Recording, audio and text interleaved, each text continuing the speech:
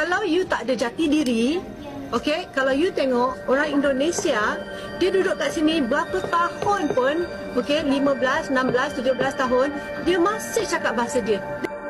Dalam kamus saya. Bahasa apa? Bahasa Indonesia ada je dalam kamus dia bahasa. Cuma tak diguna. Oh. Melayu yang paling betul. Melayu yang paling betul sebenarnya. Assalamualaikum warahmatullahi wabarakatuh. Welcome back my YouTube channel. Balik lagi channel gua Rizal Saputra. Apa kabar teman-teman semuanya? Semua selalu dalam keadaan syiar wal amin ya rabbal alamin. Oke, pada kesempatan ini kita bakal action di channel BTN Media, di mana ada sebuah videonya berjudul Gengsi Pakai Melayu.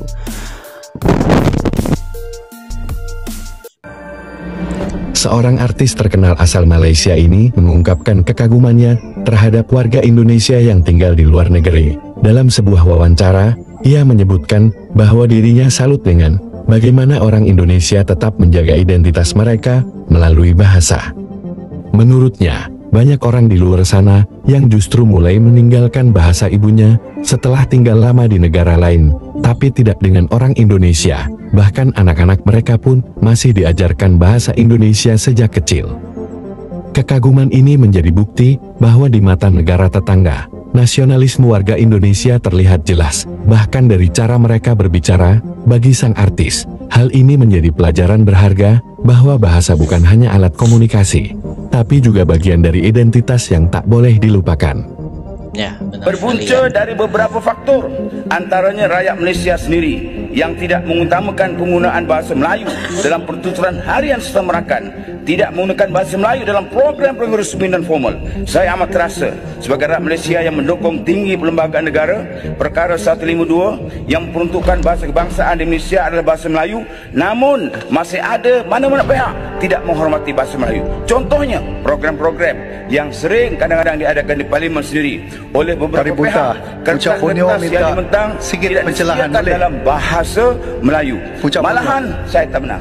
Malahan membentang yang membentangkan paper berucap sepenuhnya dalam bahasa Inggeris. Tengok orang Indonesia, dia duduk kat sini berapa tahun pun, okay, 15, 16, 17 tahun, dia masih cakap bahasa dia. They refuse to speak like us. Kita yang cakap. We speak like them. Why? Pada saya, bila kita menyanyi satu-satu lagu, kalau kita dengar lagu Melayu, tentulah kita nak dengar diction tu macam orang Melayu. Kalau lagu orang putih, for example, lagu pop, English pop songs, kita nak dia American English. Tapi kalau kita dengar lagu serious music, classical English, dia bukan pakai American English, dia pakai British English ataupun receive pronunciation. So kalau sekiranya kita mendengar orang Spanish lah kata menyanyi lagu Melayu, bunyi macam orang Melayu, bukankah kita kata macam wow, bestnya, pandainya dia nyanyi macam orang Melayu. Kita terpesona dengan situasi tersebut. Jadi kenapa kita sebagai orang Melayu nak nyanyi macam orang putih? Tu yang saya tak suka, bila orang-orang Melayu nyanyi macam orang putih, tapi bila suruh nyanyi lagu orang putih macam pula orang Melayu Jawa. Kenapa? Jawa Muar pun terbahat. Salah. Bila betul lah tu. So kalau you tak ada jati diri, okay, kalau you tengok orang Indonesia, dia duduk kat sini berapa tahun pun, okay, 15, 16, 17 tahun, dia masih cakap bahasa dia. They refuse to speak like us. Kita yang cakap. We speak like them. Why? Satu bahasa dia. Satu bahasa. Why? Okay, kita pergi negara dia, kita cakap macam dia. Dia datang negara kita, listen to your MC. Does she want to speak like us? No, she still speaks like her bahasa. Tak payah MC lah, dengan orang gaji pun kita cakap Indon. Lu kenapa? Maksudnya dia orang punya jati diri sangat kuat. Yes. Mengapa kita tak macam tu? Dia bahasa dia orang satu. Kan, whether you India ke, you Hindu ke, bangsa ke Indonesia. Kita pasal pecahan banyak. So jangan confuse style and language. Authenticity of the language needs to stay authentic. You know? Tapi style lah apa you suka.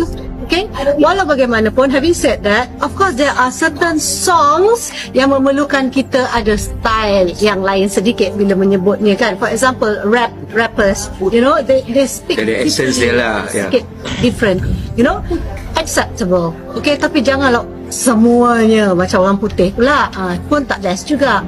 You know, some words maybe. I mean, saya bukan cakap you kena cakap bahasa Melayu sentiasa. I speak English when kepala otak saya berfikir English, saya cakap orang putih. Tapi bila saya nyanyi Melayu, saya cuba sedaya upaya untuk bunyi Melayu. Kalau saya nyanyi English, saya cuba sedaya upaya untuk nyanyi bunyi macam Accent dia lah. yeah, you know, in that accent. So itu je lah. Kalau you tanya saya pasal diction, simple je jawapan dia. Keep it to the authenticity of the language. Dalam kamus saya. Bahasa apa? Bahasa Indonesia ada je dalam kamus dia bahasa. Macam mana tak diguna. Kamus Melayu yang paling betul. Melayu yang paling betul sebenarnya. Tata bahasa dia, Pak. Jogja. Kaca. Hari ni itu kita nak orang jawab kan? 随行动服务的人士而做出适当的调控，祝您旅途愉快，谢谢。谢谢，还谢谢，谢谢，下两两。